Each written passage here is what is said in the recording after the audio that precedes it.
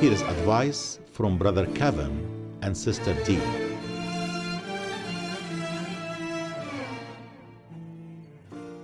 Kevin and Dee, do you want to tell us a little bit about the kind of weather you've had here this year? Go for it. It's been interesting.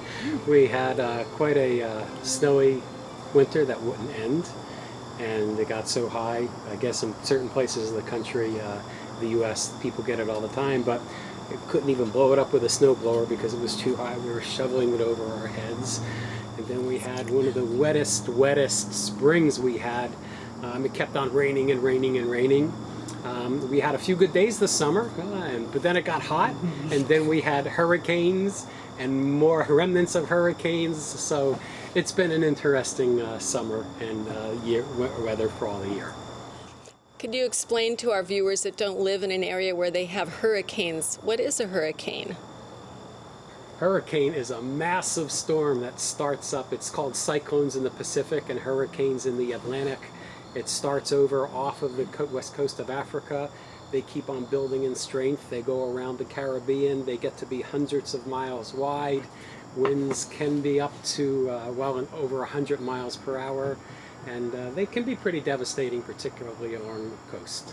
We had no power for 4 days. We were very blessed. We didn't have any trees or house damage, but many people lost their homes, and it was quite a devastating storm in certain areas.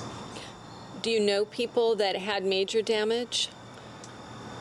We were fortunate in that we didn't know personally anybody that had major damage, but here in Connecticut, there was a town in East Haven where there were over 20 houses that were washed away into the sea.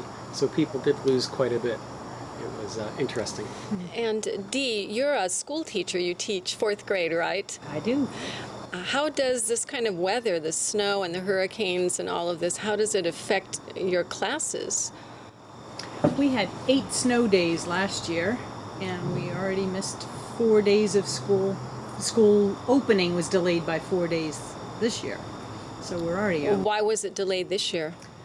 So many towns had no power, including the town where the school is, and trees down, but mostly the no power issue. Was that from the hurricane? That was all from the hurricane, yes. It's the hurricane took down power lines, trees fell on power lines, and so therefore a lot of towns and places had no electricity. These are not questions that they practiced because, as you know, this is a reality show. We try to just talk about life as it happens.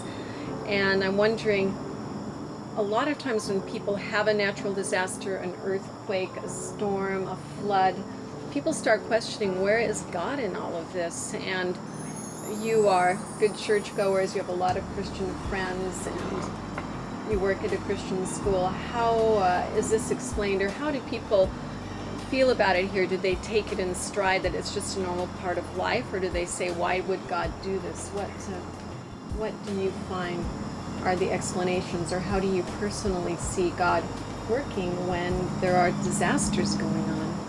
I think the answer really depends on whether or not you have a relationship with God. If you're a Christian, you'll have an entirely different perspective on things like disasters and catastrophes.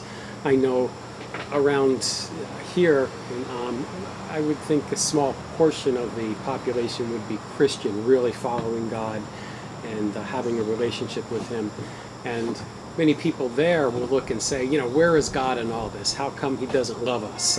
People are getting hurt, people are getting killed, and bad things are happening.